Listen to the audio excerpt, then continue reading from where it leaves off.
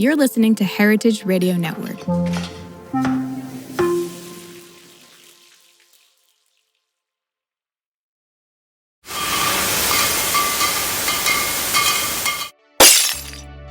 Welcome back to Business of Drinks. I'm Erica Ducey. And I'm Scott Rosenbaum. Today we're talking with Matt Swift, co-founder and CEO of Big Grove Brewery, which is one of the most impressive growth stories in craft beer that we've heard lately. That's right. Big Grove opened in 2013, and since 2018, they have achieved double-digit growth year after year after year. They are now on track to move over 500,000 cases this year, and that's all while keeping 90% of their sales in the state of Iowa. I mean, stop and think about that for a minute. That is an incredible statistic that they are moving some 500,000 cases almost entirely through one state. So how did Matt and his team make that happen? How did they get such deep penetration in that state? Well, it was by being relentlessly consumer focused and community driven. We'll talk about that. And also, Matt is going to share how Big Grove originally differentiated itself with innovative IPAs like their flagship hazy IPA, Easy Eddy, and bold, bright branding. We also dig into how he and his team built powerful families of products, like the Eddy family of beers, which include their IPAs, as well as their family of Citrus Surfer beers. Yeah, and for those of you who are thinking about expanding beyond your home market, listen closely to how Matt works with distributors, including why he stopped thinking of them as just an expensive fee that they have to pay to get their beer around, and started working with them like true partners, planning out 9 months or more in advance, and how that's helped grow the brand. And we talk about the strategic use of tap rooms, how he and his team allocate sales and marketing resources, and why they invest heavily in draft. We also talk about what he's learned about innovation without overextending himself. Plus, Matt shares why he believes the future of beer will be lighter, more sessionable, and more connected to community. Key takeaways from our conversation include how to stand out in a crowded marketplace, how to build deeper customer relationships, what the practice of actually going inch wide, mile deep looks like, and also why taking risks sooner can really help propel a brand further faster. This is one that you won't want to miss because it's just packed with lesson upon lesson upon lesson. So let's get into it. Here's our episode with Matt Swift of Big Grove Brewery. And now, a word from our sponsor. Is your drinks brand looking to start or expand import and distribution? Whether you're seeking to enter new markets or you're unhappy with a current distributor and desiring a better fit, you should know about Swig Partners. Founded by industry experts Eric Siegelbaum and Amy Troutmiller, Swig takes the guesswork and the legwork out of distribution strategy. Swig helps brands and distributors find the right fit for long-term relationships and sales success. US-based importers and distributors should reach out too. With Swig, they can explore new products for free. And brands, you can get $100 off by mentioning Business of Drinks. Find out more at swigpartners.com/business of drinks. That's swigpartners.com/business of drinks. Matt, welcome to Business of Drinks. We are thrilled to have you join us. Hey, well, thanks for having me, Scott. Excited to be here. Yeah, let's dive right in. I really want to set the stage. So for those who don't know, Big Grove is an Iowa-based brewery. And what really caught my eye is there's a lot of amazing things you've accomplished, but the brewery's track record of growth is one that is going to have a lot of industry peers kind of green with envy if it were. So Big Grove has posted double-digit growth every year going back to 2018. And back then, production grew 89%. to 3,500 barrels. This is followed by 24% growth in 2019, 25% growth in 2020, on and on and on. And now Big Grove is on track to do over 500,000 cases this year. So there's so much to unpack, and we're going to get to it all. But let's start, Matt, with you. If you could tell me a little bit about your background and how you ended up as a founding partner of Big Grove, I'd love that. Well, thanks, Scott, again for having me. But where I started was the restaurant business. My mom owned a restaurant called Sluggers that was in Coralville, Iowa. It's a little suburb of Iowa City, if there is such a thing. Started there doing everything from cleaning grease traps to dishes to bussing tables to bartending, serving, and then ended up becoming a manager while I was in college. Then I realized I wasn't very good at college because I wanted to be hanging out with my friends too much and enjoying. And then that turned into me running the restaurant and had a lot of fun, learned a lot about hospitality and experience. And then in 2008, that flooded.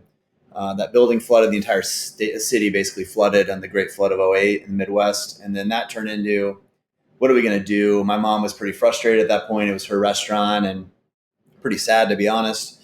And we ended up kind of saying, hey, she didn't want to do anymore. And so this could have all died in the summer of '08. But then in her wisdom, she ended up filling out the FEMA grant application information. And she's a very diligent process person. So she showed up and they're like, it's going to take a lot of paperwork. And she pulls out a folder that's, 1 foot thick and ready to go and give them all the information they need. Long story short, from that, we ended up finding a location that was in North Liberty. And I had no idea where it was or how it worked and everything else. And it ended up just being this really small town north of Iowa City.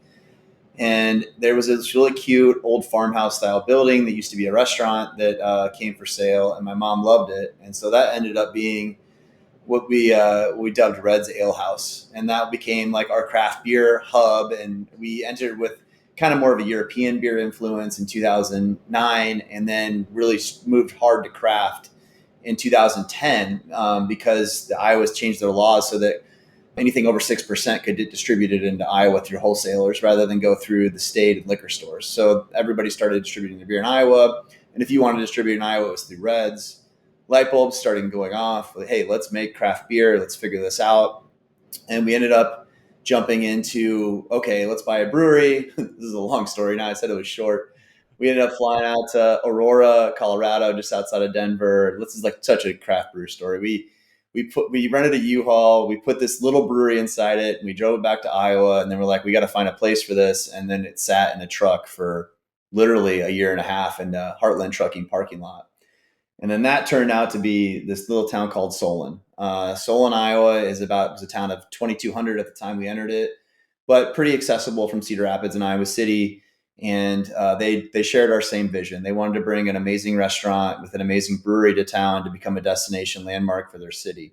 And so they worked with us to figure out the project, and that turned into a really, really big success and, got a lot of notoriety. We had an amazing chef, Ben, that joined us. My partner, Doug, was the hospitality guru. And then we layered on this amazing beer. And so that turned into a hit. The beer festival lines got longer. And then we got to make more beer. What are we going to do? And then that turned into Iowa City. And then we found this warehouse that was going to get torn down on the south side of town, about a mile and a half outside of the downtown kind of university district. And that we kind of took the big leap there. Way too big, 28,000 square feet. What are we going to do? How are we going to place this thing? And then my uncle, his name is George, Papa George, and he's a really, really talented architect out of Chicago. I was like, hey, George, I need you to come to town. I'm scared, but I think this is the right play. And immediately when he stepped on the property, and like total junkyard, like literally a junkyard. And he's like, this is it. This is unbelievable. Like this, I can't believe this property exists. And so that's when we started that. We opened our production side in 17. So about a third of it was for customers, 2/3 for production. And then that turned out to be tight after a while. We added canning in 18, and then we kind of ran out of space in 22, 23. And then we opened a production facility after that in the south side of town, further south. So now we have the ability to do somewhere 75,000 plus barrels, but we also opened in 2 more tap rooms, one in Cedar Rapids and one in Des Moines. Amazing. Thank you for that incredible background. And, sorry to hear about the family restaurant and the flooding, but it sounds like it set you on a path that is really incredible. My mom, Please. her name's Faye. She's just a really talented but a very aggressive person, and as far as the way how she manages her businesses and how she approaches things, very direct might be a better word. But she ended up winning an award called the Rising Phoenix Award, and it was one of two or three businesses that won that in Iowa coming out of the flood because of what happened with Reds and then turning into Big Grove. So definitely a blessing in disguise. I can tell you in 2008 it didn't feel like a blessing, but I don't think any of this would have happened had Sluggers not flooded. So with Reds and the transition to Big Grove, when was that roughly? That started taking place we opened Big Grove in 13. So I would say we started getting serious about it in 11, and then 12 got really serious. And then we started construction in 12 and opened in August of 13. So there's obviously kind of a big gap between running kind of a restaurant, bar, tavern that specializes in craft beer and then actually brewing it and having a brew pub. Yeah. What was kind of the mindset? What was the gap in the market you saw in kind of taking that leap? Well, I think we saw that there was no restaurant in Solon, so that helped. There was a few little ones, but nothing that was trying to do what we were trying to do. So I think there was literally just a market fit that felt right for that area. There was one, I'm trying to think, there's even a brewery in, well, there might have been two small breweries in Iowa City and Cedar Rapids. So kind of a small amount of breweries that time. We were the 13th craft brewery to open in Iowa. So now I think there's 140 or something like that. So we were early on the trend. I just really believed in the idea that we could do amazing hospitality with amazing food and then add this layer of beer onto it. We had a really talented brewer that was with us in the beginning named Bill, and he brought the passion for the beer and the energy there, and he was running the brewery side, and then I was guiding and coaching. But if I was asked to go make Easy Eddy right now, I wouldn't be able to do it. But we have a lot of talented people on our team that can, including our partner Andy. Got it. So, if I'm understanding correctly, like part of the gap was just literally the landscape was so incredibly different, right? A dozen years back, right? There wasn't much out there, and now with nearly what almost 150 breweries in Iowa, there's a lot more competition. Yep. How today has Big Grove kind of set itself apart or differentiated itself amongst all the folks that have come since? I think that we've done it a couple different ways. I think we've had, I think our liquid is really good, and I'm not saying others' liquid isn't good. I think that Andy Joint is our head brewer partner. He really cracked the code on hazy IPA early, and there was a lot of hazy IPAs in the market at that point, but a lot of them were you'd pour it out, and at the very end it kind of glug out a little bit. I don't know if you've had those kind of beers, where the very bottom's a little sludge or something. And it was because they couldn't get beers to stabilize, and he cracked the code on the stabilization. So Easy Eddy from the beginning has never had sediment or anything in the can. It's always been just pure haze. And I think that and in the flavor profile and the way that it came together was just such a difference maker in the beginning. I think our design was a little bit innovative too. I had very traditional marketing done on the front side of the project, and about halfway into that, I was like, I don't know why we're trying to do everything the same way. It doesn't seem like the right play to me. We have to do things different if we want to be successful. So we were zigged when everybody else was zagging, and we did a logo on the can that would surrounded 2/3 of it rather than just the front facing of the can. Vibrant, bright colors, and then you kind of layered in the liquid. But I think those two things are important. I think a lot of those things can be mimicked in the market. Great beer and great marketing design. But I also think that we have a lot of touch points. We're touching the customer in ways that others aren't. So we have thousands of people that walk through our tap rooms every week, every month, and get to experience Big Grove in many different ways. They can experience it from a culinary perspective. They can experience it from a hospitality perspective. They can experience it from people. Hey, I know that person. Like, that's Andy. He makes the beer. And then sales. I would say the fourth piece of the puzzle was sales. We always put money into sales, and I think that I'm sure one of your questions would be, how's it kind of continued as others have contracted in the market on sales support, marketing dollars. We've decided to invest more. And I think that's maybe one of the other keys, is that we had some of the best relationship salesmen in beer on our team, and they pushed so hard, and they opened up the market. So you have the liquid, you have the marketing, and then you have the sales team who's just really working it, and it worked. Amazing. Yeah. Usually people put their foot on like one of those pedals. It sounds like you're firing on all cylinders to mix, I don't know, on, metaphors there. I'm, I'm curious, right? When I go to the Big Grove website, I am taken by, as you mentioned, right, the distinctive look, the branding of Mm-hmm. not just Big Grove as a whole, but kind of very different, what I'll call product lines or families, as I believe you kind of refer to them, right? There's the Citrus Surfer family, there's the Eddy family, there's the Sours family, and there's many more. How important do you believe it is to your consumers, to your salespeople, that you think and categorize your products in these kind of families? I think it's important. I think that when you see an Eddy as the header, for our Easy Eddies are, half our sales. And it's a hazy IPA. For those that don't know, we are on video too. I can show you. Can we? And then how do you build that family? How do you build around the success of Easy Eddy?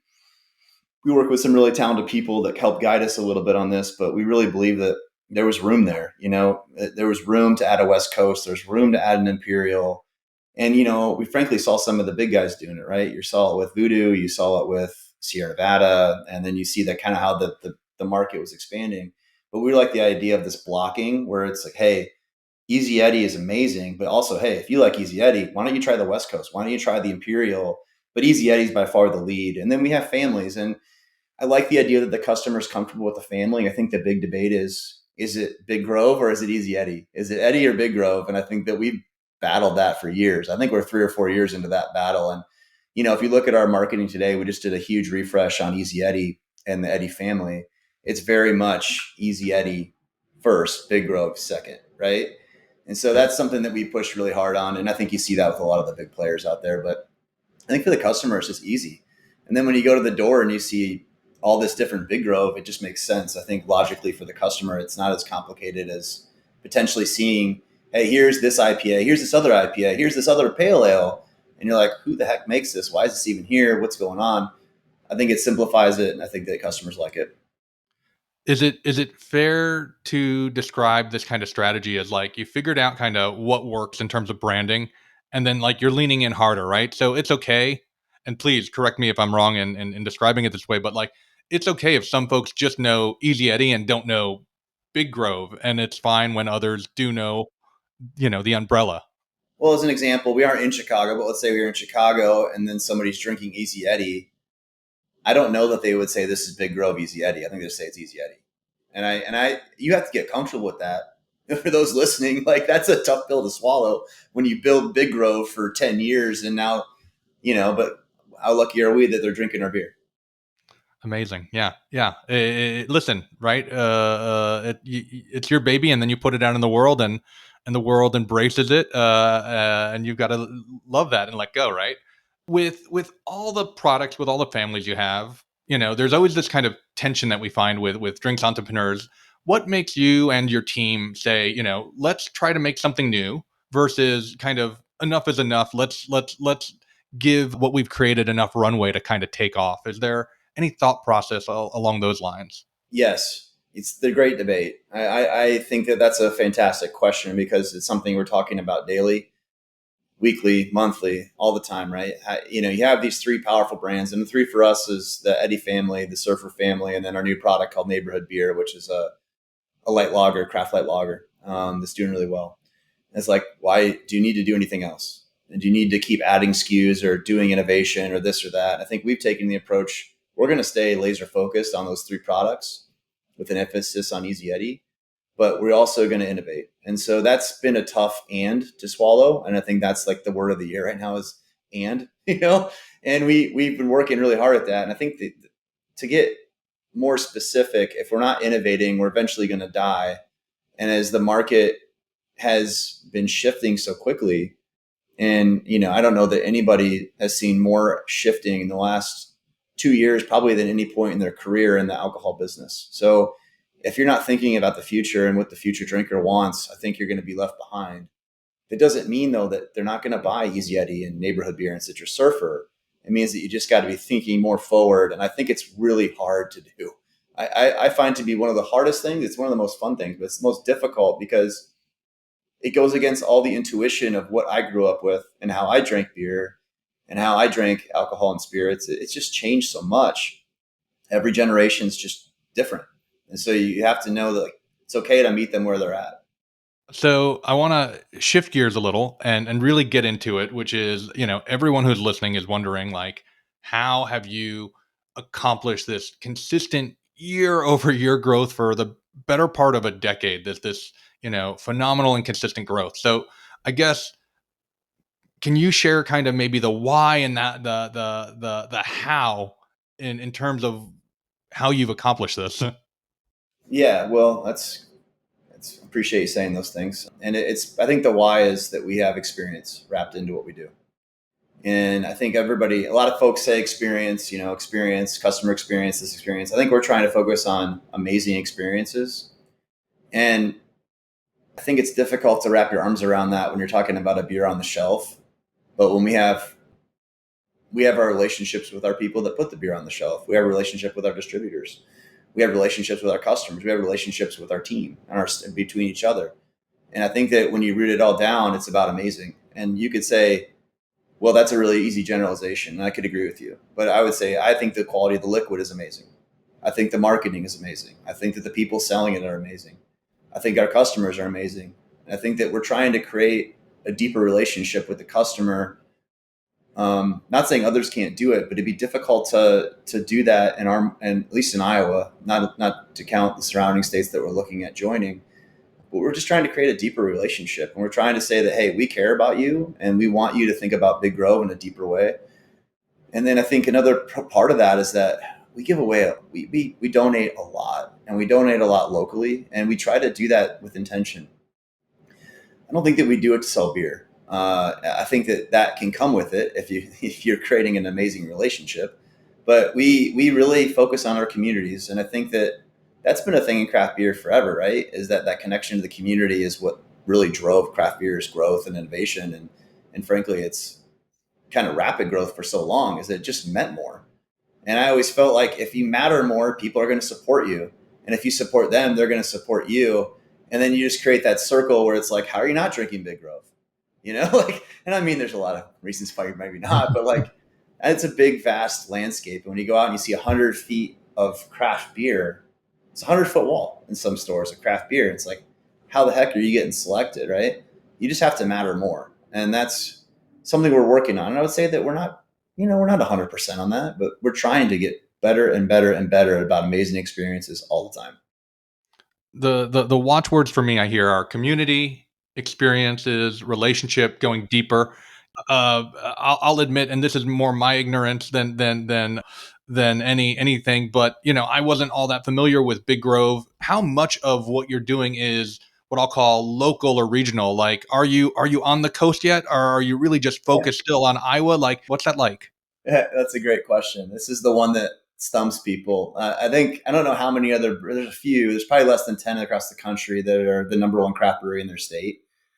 And that's when you beat Blue Moon, basically. Like if you take out Blue Moon as number one, or you take out a Summer Shandy, or, one of the big beers, right? That's really owned by macro, but represented as craft. And we're one of those. The 90% of our sales are in Iowa. Last time I saw, we had a 16 share of the craft market in Iowa, which is something that we're really proud of. And, we've always taken the approach relationship first, go deep, go deep. And everybody says, what's the famous a mile deep and an inch wide? We've always kind of believed that. And we've really focused on owning our market. And I think that we've done that in different ways. I think that one thing that we've put a ton of emphasis on over time, and I think that frankly, craft beer is backed away from, is draft. And we've really focused on making sure that we have good draft relationships. And I think that's also helped fuel it. But it's basically in Iowa. We have beer in Kansas. We have beer in Missouri, and we have beer in Nebraska, Omaha, Lincoln. And then we also are just entering Minnesota. And then we have about half of Illinois. That's amazing. So throughout this 12-year journey, you're still not even on the coast. And that's a compliment, by the way. You really have lived this kind of inch wide, mile deep. Yeah. And then you're adding those touch points with the tap rooms and the experiential things. And then, if you go to a festival, we'll have two people there, right? And then sometimes there's not one person there from other breweries. So it's hard to do. I don't envy Anybody who's struggling to get into, to have people on the floor, it's expensive, and it costs a lot of money, but the results are there and it matters. And we're big on just mattering. You mentioned, right, the experience, and you've got these few tap rooms in Iowa, and as I understand, a soon to open one in Omaha. Mm-hmm. Um, how important to your growth strategy are these, on premise locations? What percentage of your volume kind of moves through these locations? A lot. It's a different shot in the arm, right? I mean, to grow $1 million in distribution in our market, it's like you're working real hard to do that. To grow $1 million in a tap room, once you open it, it can come pretty quick. So the sales, I don't know if we're 2/3, a third. It's something like that right now, but that scale can tip so fast as we open new ones, right? So it's just a shot in the arm of pure revenue. Now it's your job to make that revenue profitable, but I think today, as it stands, about 2/3 of our revenue is from hospitality and a third's from distribution product. Okay. And in terms of distribution, channel wise, is there a specific strategy? Is it other bars? Is it off premise? Is it, how do you think about splitting those? Well, we have great relationships in all of them. I think that we really want to focus on making sure the on premise is taken care of. So if we were going to figure out like, hey, I don't want Hy-Vee to hear this. We love Hy-Vee. We love all the big players, the Fairways, everybody in our markets. But, we really want to make sure the draft beer is pouring. So that's something that we put a lot of emphasis on over time. And we believe that still the most intimate craft beer consumption is going to be done at a bar or restaurant. So we like to put a lot of effort there. And I guess from a strategy perspective, we believe that if people are drinking the beer liquid to lips, they know who we are, they know what we do, then that can just equal more sales in the market. So, we put a ton of focus behind that. I mean, also, displays matter, displays sell beer. So our team's on the ground working with all the retailers, making sure that we have stacks on the ground for every holiday. We're ready to go. I think it's more traditional that way. But I think where we're different is where we put the emphasis on the on premise. Got it. And to that end, you mentioned displays, kind of merchandising. What typically, this A&P, advertising and promotion. Is there an area or aspect that you find kind of Big Grove gets the most bang for your buck? Like where, is it I don't know, is it merchandising in off premise? Is it actual taps? Like where do you like to spend when it comes to getting liquid to lips and promoting the brand? It's a great question. I think samplings are a big deal. I love sampling. I love having a connection with somebody. Again, another chance to do an amazing experience. We have a sponsorship with the Iowa Hawkeyes that I find to be really valuable. It's a real validator for us in the state. It's the biggest brand in the state of Iowa. And we're the official craft beer of the Hawks, and we're also the official watch party of the Hawks. So just having that connection, I think, matters. And I think it matters to guests because they know that we're investing in the university. Man, that's a tough one. I could say as simple as buying pints at a, having the distributor buy pints at a tasting, or at a, a tapping or something. I just think the more times that we can connect with a customer as a human and have them try the product, that can really equal a long-term customer. Yeah, there's no magic bullet, right? I wish there was, and especially in beer today. I mean, if somebody's got that magic bullet, I mean, there's been a few brands that have jumped off recently, but most of the jump offs have been in RTD space, right? It's not been in craft beer. So yeah, I mean, you have to earn the customer. So you can't like the idea that you can have a bad product or a subpar beer or crappy marketing or bad hospitality, like that's gone. Like you won't survive. I'm not trying to be rude about it. Like you just can't do it. And that's why we try to put so much focus on it. There's too many choices. This isn't 10 years ago, and then you add, everything else on top of it. It's just evolving so quickly.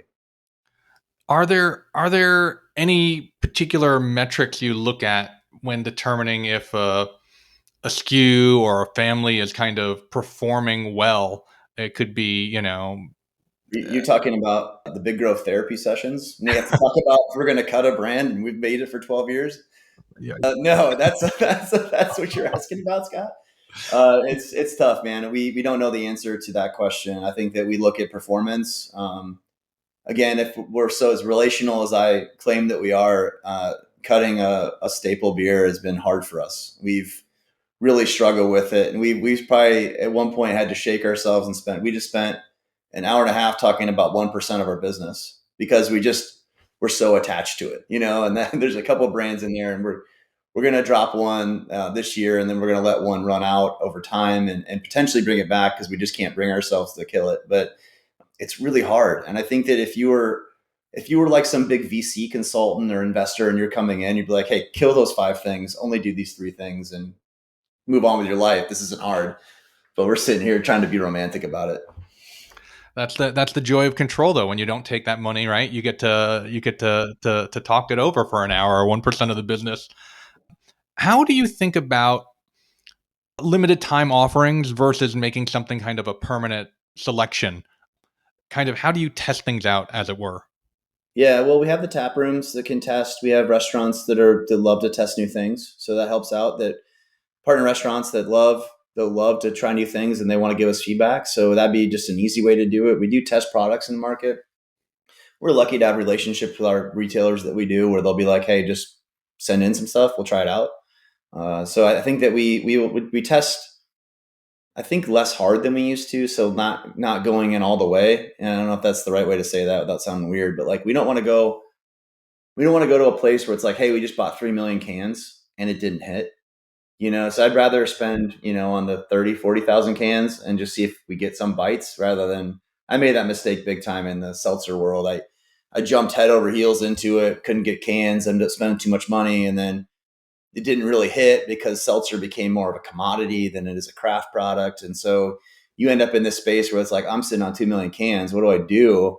And the answer was not a good one. Right. So we approach innovation, I think, with caution, but we still want to try new things. And we have so many releases, but we do a lot of stuff in market products. We're probably doing a couple new things a quarter, and they're just splashes and they go away. I'm curious, as you kind of expand, as you grow, any hard-earned lessons from working with distributors as you move beyond your home state? Yeah, I think a couple there. We're lucky to work with the partners we do work with.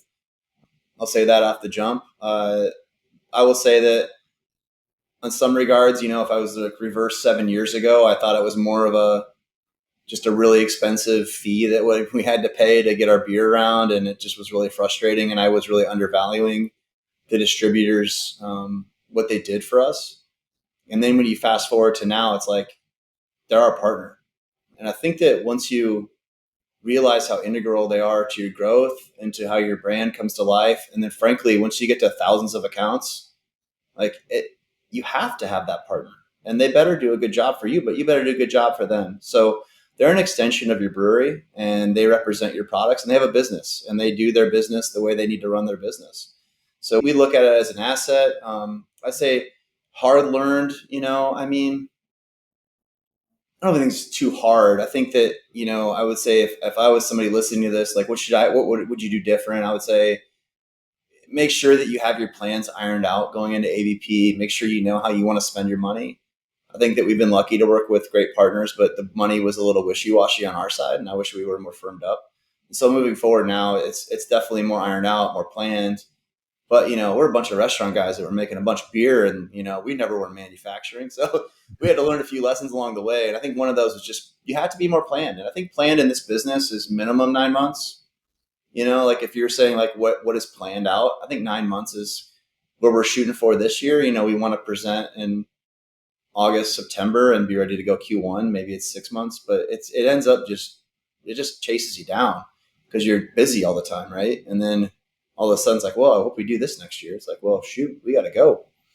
Got it. Yeah. No, that long time horizon, I think, is extremely useful for listeners, particularly those who might be new, who think it's July. I'm going to enter a new state in September, but I haven't yet signed all the paperwork for the new distributor.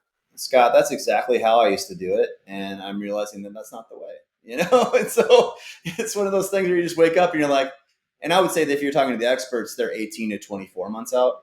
Like my marketing guy is an absolute industry expert. And he's like, he wants to get so far ahead that he doesn't have to think about it, but we're still scrambling. We're not perfect. Once you're partnered with these distributors, is there any way that you find is kind of the best practice for commanding sales reps' attention, their mind share? Obviously, they've got a big portfolio, and any time, with your product might be time away from a product they might be incentivized to push more that month. How do you think about, lessening friction when it comes to working with the sales reps of distributors?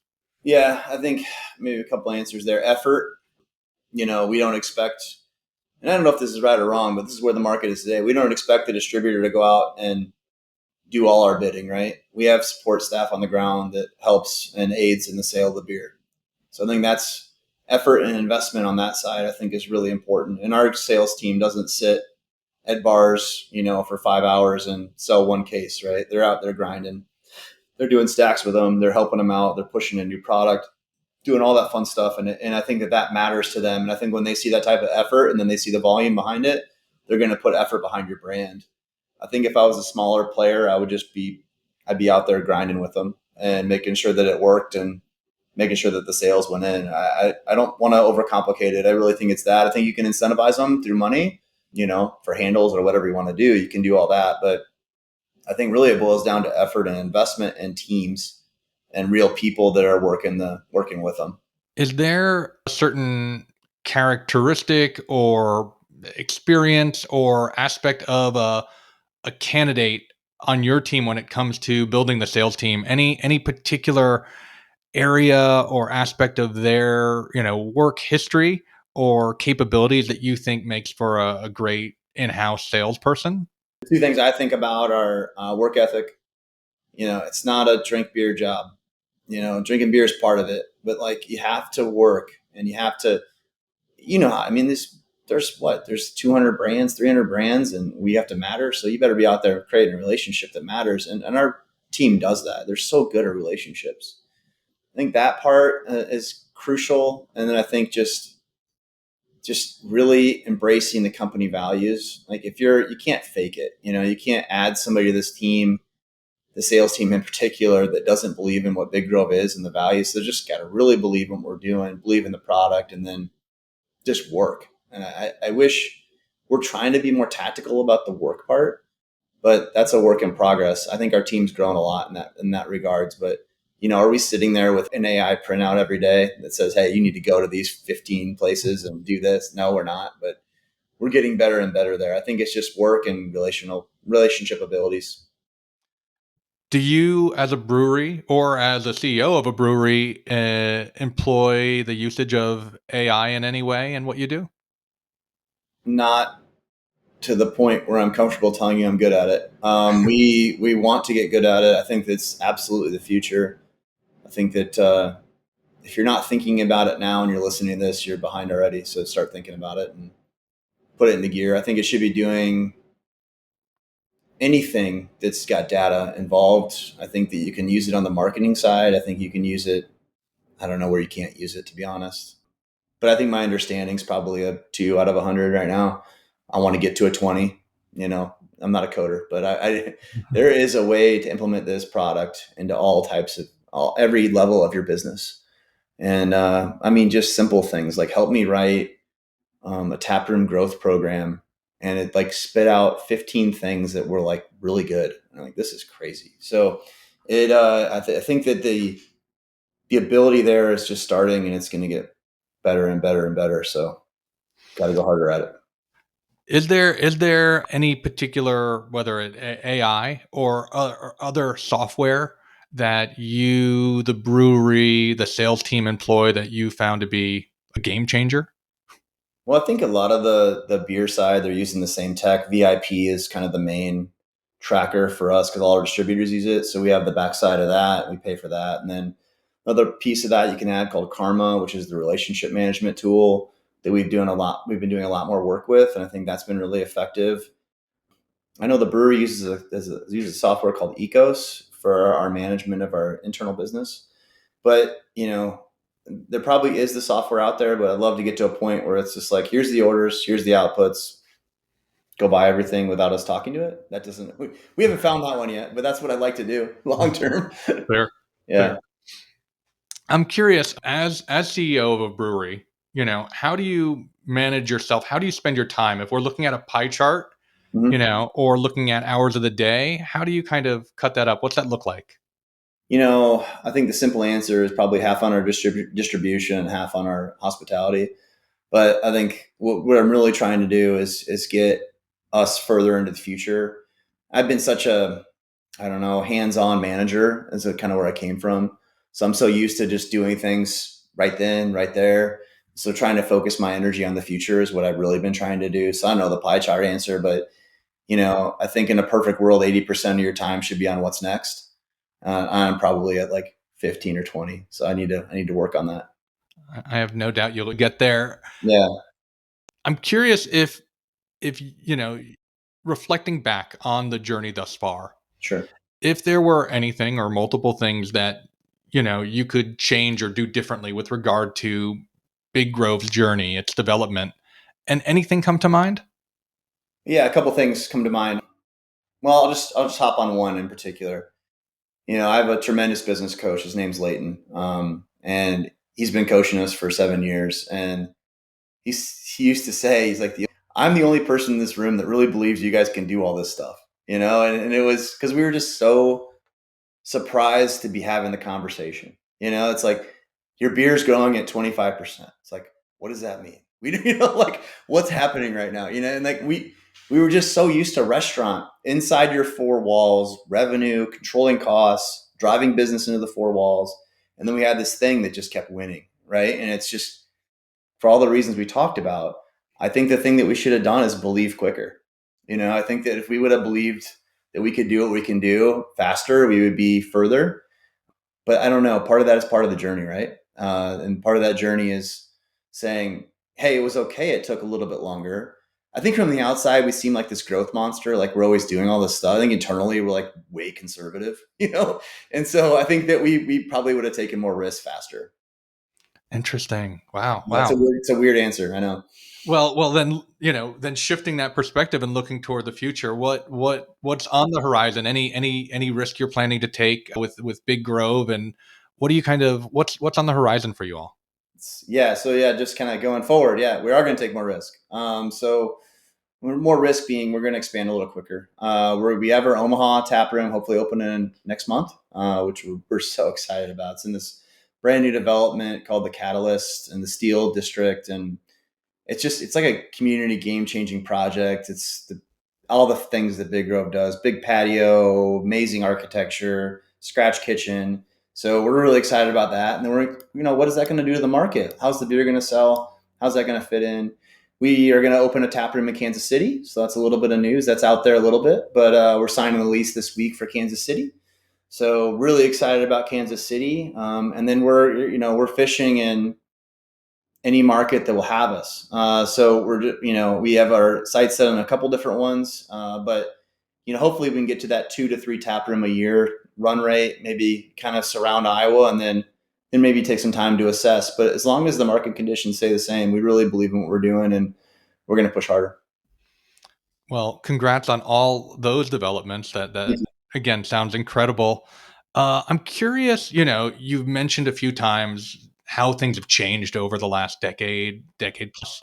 Um, is there any, what one of the elephants in the room is the rise of non-alc beer, non-alc spirits, but whether it's that or some other aspect, is there any direction or way in which you see the industry changing over the next few years? That's a good question. I think it's pretty obvious that alcohol consumption is going down.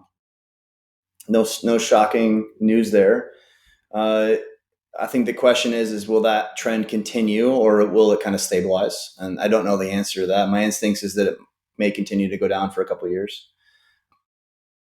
I think again, customers are living a different life than they lived 10 years ago. And I think COVID was the big shakeup. And then now we're in this is the time where it's all happening in real time, right? People want to be healthier. They want to be healthier. They want to live a lifestyle where they wake up in the morning and don't feel like crap. They want to generally, I think, just feel healthier.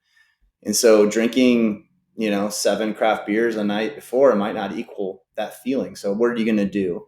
I think what we're looking at, why we released Neighborhood Beer, which is our light beer, is I think that lighter products are going to win. I think that, obviously there's still the growth in the high proof and everything else, but we believe lighter, we believe non-alcoholic.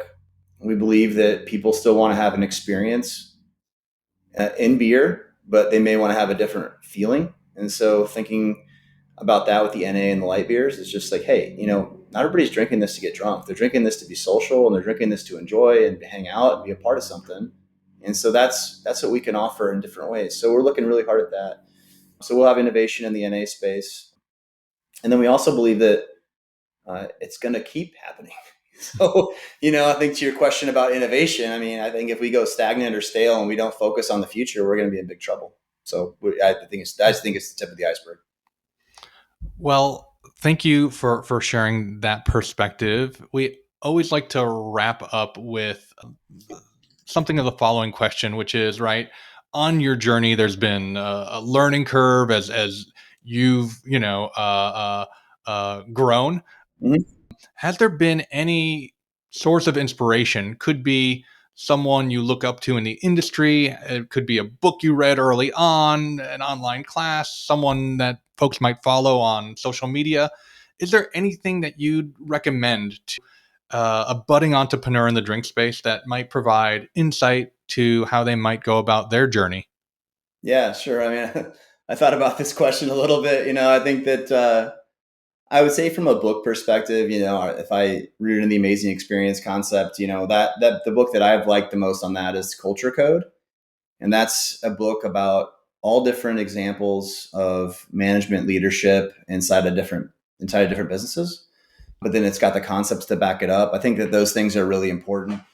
I just got done reading The 5 Dysfunctions of a Team. My COO, who we brought on 2 years ago, recommended it for our team. And I was just like, man, there's a ton of insights in this. As far as the industry is concerned, I think you got to get to conferences. I think you got to invest in conferences, and you got to go see what's happening. And if you were to go to conferences this year, you would have saw a lot of energy drinks and, and a lot of this and a lot of not beer. So it's, so thinking about like what's out there and what's happening, I think you just have to get a little bit mobile. And I don't know that I put enough value on that in the beginning.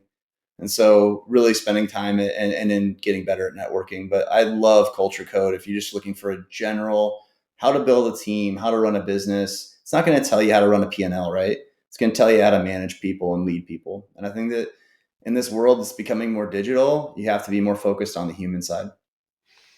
That's great. I've not heard of that book, but I am going to look it up as soon as we are done with this conversation. Matt, thank you so much for joining me today. Really appreciate the conversation and all you had to share with us.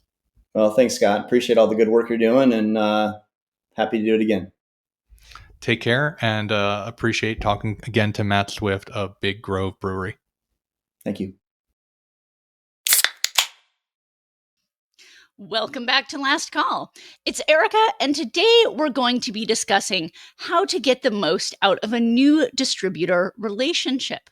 Now, this segment is brought to you by Swig Partners, and we've got Alex Cherniavsky, the managing partner of Swig, to help us unpack that sticky topic. So, Alex, first thing, tell us about Swig Partners and the work it does for suppliers.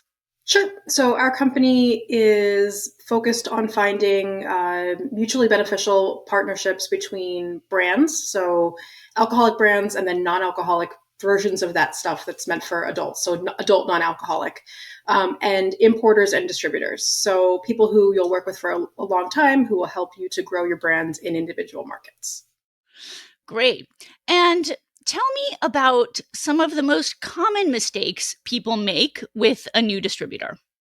So the biggest one is people think that the distributor is going to just do everything, right? So you have your product, you sell it to them, and then you assume that it's like a done deal, you're done. That's not typically what happens. Potentially there's like a unicorn out there where that's what's happening, but that's not truly what's happening.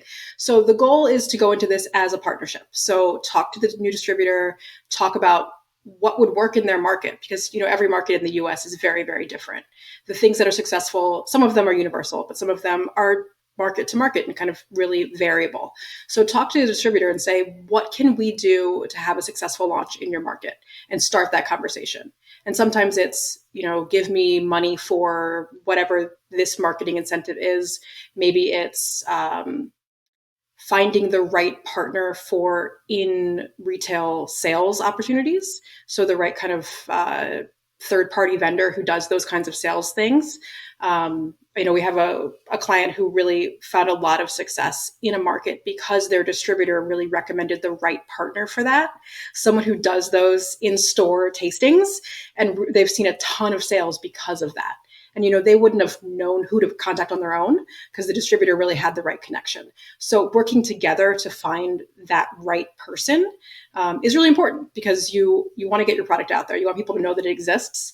So, you should plan that you're going to be doing your own marketing. So you should have a budget for that. So whether it's print or it's the internet or whatever it is, that's obviously very important here. But you also want to work at what's important in that region. So whatever the distributor says works there, I would take their word for it, because you've done the work to put this business partnership together.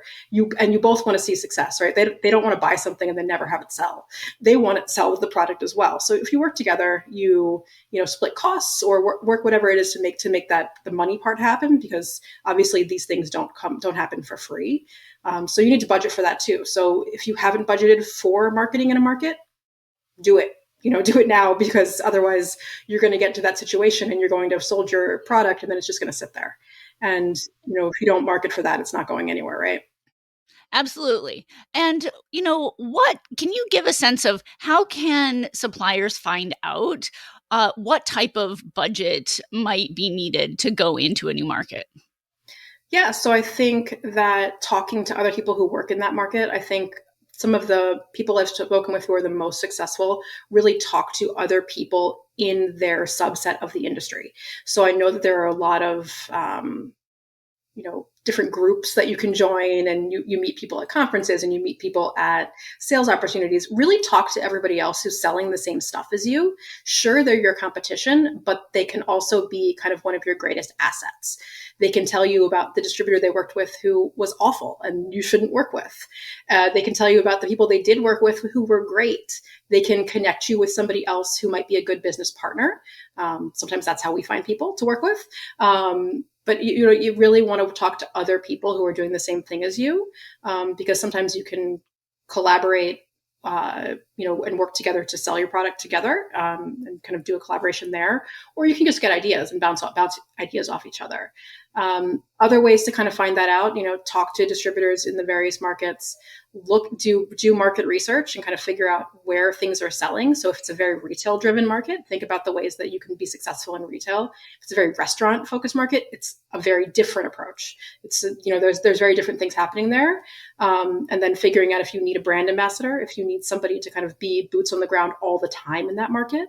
If you're selling into bars, you probably need somebody going bar to bar all the time, selling things and buying shots and doing whatever the things that those people do are, and they're very different, depending upon what your product is. But I think you need to figure out what of those things that are required and then budget for them. Obviously, some are much more expensive than others. Yeah, definitely. And also a good example of just how important it is to develop relationships in this business. And, along those lines, I want to talk about working with distributors. Can you give me a sense of what a well-formed partnership plan with a distributor, what it looks like, and how a brand should approach it? Like, how collaborative should it be with that distributor? So some of the best examples of distributor relationships with brands I've seen, or they kind of sit down and they figure out their 5-year plan. They're like, here's where we think you can sell the first year and kind of how we can be successful. And this is what success would look like if you work with us. Here's what success would look like at year 2 and 3 and 4 and 5. And here's how we grow that together. You really want to work with somebody who is able to make those plans and really understands their market in a way that, can translate that to you and can translate that into success. Sometimes you work with a distributor and they're like, well, great, we'll buy your thing. And then we're going to try to sell it to XYZ partners, but there's really no plan. There's no plan in place. There's no kind of proactive way of approaching the market. And I think the most successful distributor partnerships I've seen are with people who both the distributor has a plan and the brand has a plan. And if those two things are in synergy, you're really looking at success there. And if they're not, you can kind of talk about why you both have different expectations and kind of how to make those things grow in the same direction. And I think a lot of that's really important. Fantastic. And finally, what type of support should a brand plan to have in market? So there's a lot of different kinds of things you should do. At a baseline, you should plan to visit the market, at least once for the startup and introduce yourself to the sales team and kind of get a feel for what you're doing there. So whether that's, going on a ride along and kind of going to different accounts, or it's throwing a dinner or whatever makes sense for your brand, or if it's, going to in-store tastings and kind of being very present with the sales team and kind of getting to know them and how they work. You can do that virtually too. And, if you can't travel to market every year, popping in virtually from time to time to do an extra staff training or something else to get them really excited about what you bring to the table and what your product is. Distributors have a ton of stuff in their book, and staying relevant to the people who are on the ground selling your product day after day after day is really important. So, you can do that with sales incentives for people. You can do it with just scheduling a staff training on your topic. We have a champagne producer who does regular staff trainings virtually from Champagne. And it's not even just about his brand. This is what Champagne is. And this is why grower Champagne is really cool. And this is why you should care about it.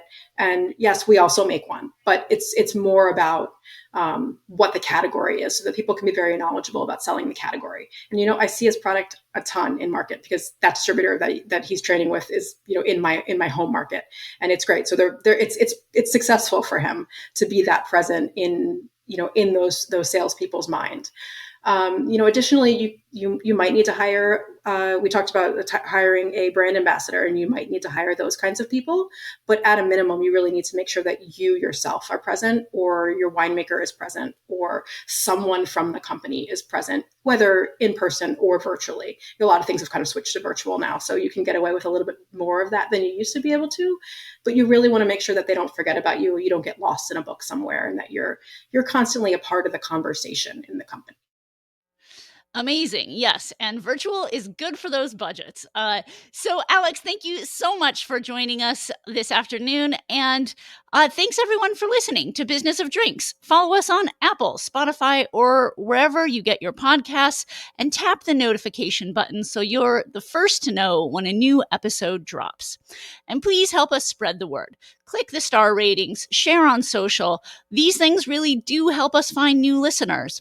And finally, if there's something that you want us to discuss on Business of Drinks, let us know. We're at podcast@businessofdrinks.com, or reach out via Instagram or LinkedIn. We want to hear from you, and we really do respond to messages. See you next time.